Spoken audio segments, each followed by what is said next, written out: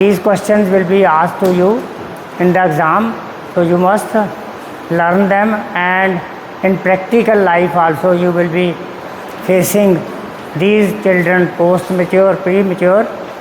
So post mature is that child who is born after 42 weeks of gestation, that we have already discussed in previous lecture, which is a premature, which is a term, and which child is post mature. The causes of post maturity, just try to understand कि बच्चा post maturity में क्यों चला जाता है. कहने का क्या मतलब कि मदर अपने नॉर्मल समय पर डिलीवर क्यों नहीं करती. That is why she is going into post maturity. So the causes, silence please, causes of this they are uncertain, but it is known that human placenta that can take up the nutrition and placental functions well up to 42 weeks. 42 weeks तक जो बच्चे की requirement है और उसकी nutrition है, that human placenta can fulfill, but then it becomes a sort of dysfunctional as far as the requirement of the child is concerned. So what happens to the vernix caseosa in these children? That also starts disappearing, it becomes very less. The liquor, that also decreases, and as the maturity advances it may be very small or almost nil. Then it causes further complications and problems. So the post maturity also leads to placental dysfunction and the many other complications. This post maturity is common in primiparous जो first time conceive कर रही है, and secondly if the child has got congenital abnormalities. Anencephaly, if the बच्चे को, there is anencephaly, you understand, जिसमें बच्चे का जो हेड है, सिर है, प्रॉपर फॉर्म नहीं हुआ. It is a small sized head that we call anencephaly. So what will happen? There will be failure of pelvic engagement of head. When there is anencephaly, pelvic floor में उसकी head की engagement नहीं होगी और delivery process start नहीं होगा, and post maturity continues. So you have to make some intervention also in these children to deliver them. So there is also lack of pituitary adrenal axis in these children. Then another syndrome, it is Shackle syndrome. You can note down SCCKEL, Shackle syndrome, which is also known as bird-headed dwarfism. So these chromosomal abnormalities or abnormalities other in the children, they can lead to post maturity. So what will be the clinical features of these children? So they are at increased risk of fetal hypoxia. Why? As we have already understood, there is a placental dysfunction. So as the pregnancy is advances, placental function is insufficient to provide the oxygen and other nutrition to the child. And birth asphyxia. After birth also they are more prone to birth asphyxia. Fetal hypoxia is when the child is still in utero, then also fetal hypoxia can occur. So they may have meconium aspiration. Why? Because as the child is advancing in gestation, the child sometimes passes the meconium in utero, and that can at birth lead to or before birth meconium aspiration and can cause the birth asphyxia and meconium aspiration syndrome in the newborn. Then RDS, they are also prone to RDS. What is RDS? Anyone? Respiratory distress syndrome, right? So as we have already discussed, there is a lack of vernix caseosa. The body of these children is macerated. That doesn't look like a very good newborn child's shining body. It is seems macerated.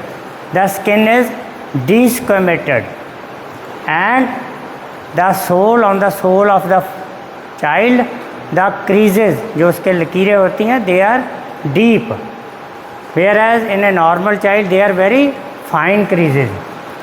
The child will appear long, thin and wasted. Why wasted? Because he is not now getting the proper nutrition through the placenta. Staining. What is meant by staining? Because there is meconium aspiration. So when meconium is there, it will stain the various body parts of the newborn. Skin will be yellow colored. Umbilical cord will also be stained, and even the nails, they will also get stained due to the passage of meconium. Otherwise the nails are not very big in normal pregnant delivery, but they have got post mature long nails. And skull in the if born at the normal gestation, it is soft, not very hard, but here the skull becomes hard and they are very alert. ऐसा नहीं लगता कि new born तो बच्चे सोए रहते हैं, आंखें बंद रखते हैं, but they appear very alert and advanced neurological development, क्योंकि उनकी जो न्यूरोलॉजिकल डेवलपमेंट है वो चल रही है, उनका हाइट भी बढ़ रही थी, लेकिन प्रॉपर न्यूट्रिशन नहीं मिल रही. That is why they fit into this picture, right. What will be the common problems? ऐसे बच्चे को मान लो आपके पास मदर आती है who is into A post maturity, but common problems you will experience. आपके मन में क्या आएगा कि क्या प्रॉब्लम हो सकती है इस मदर को? कि तो जो बच्चा बॉर्न होगा उसकी कंजेनिटल मालफॉर्मेशन हो सकती हैं.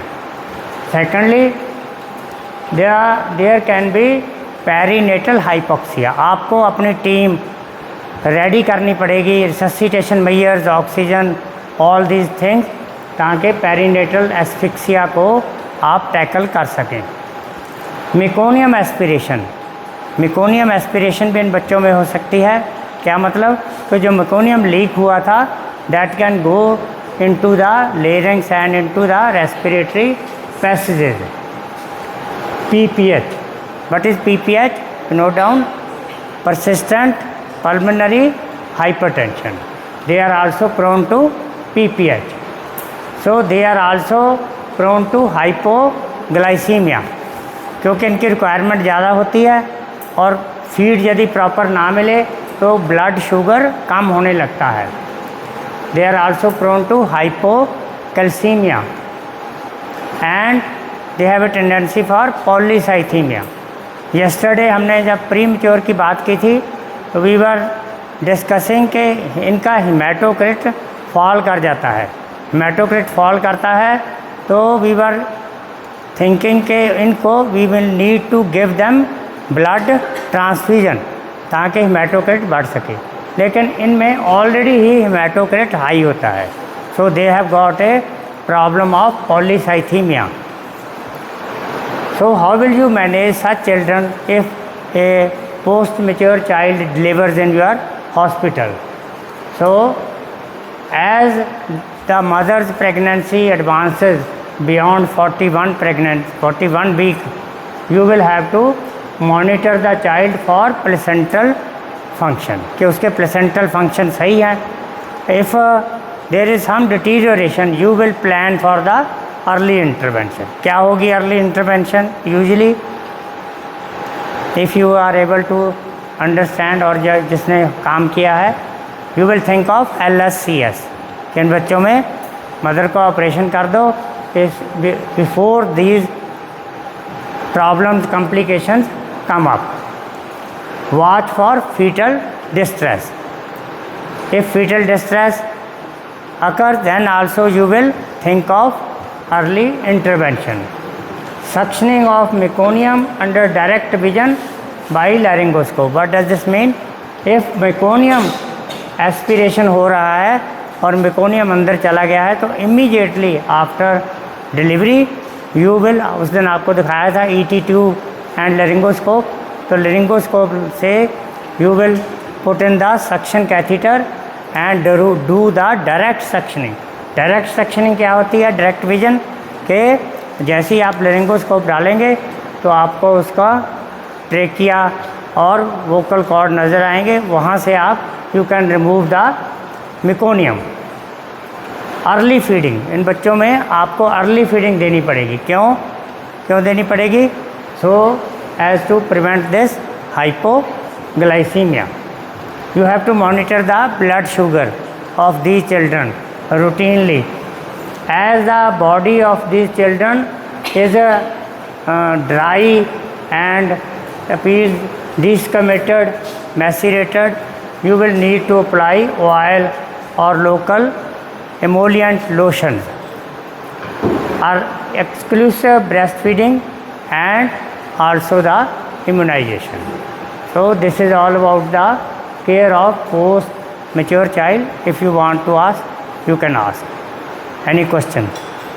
Thank you.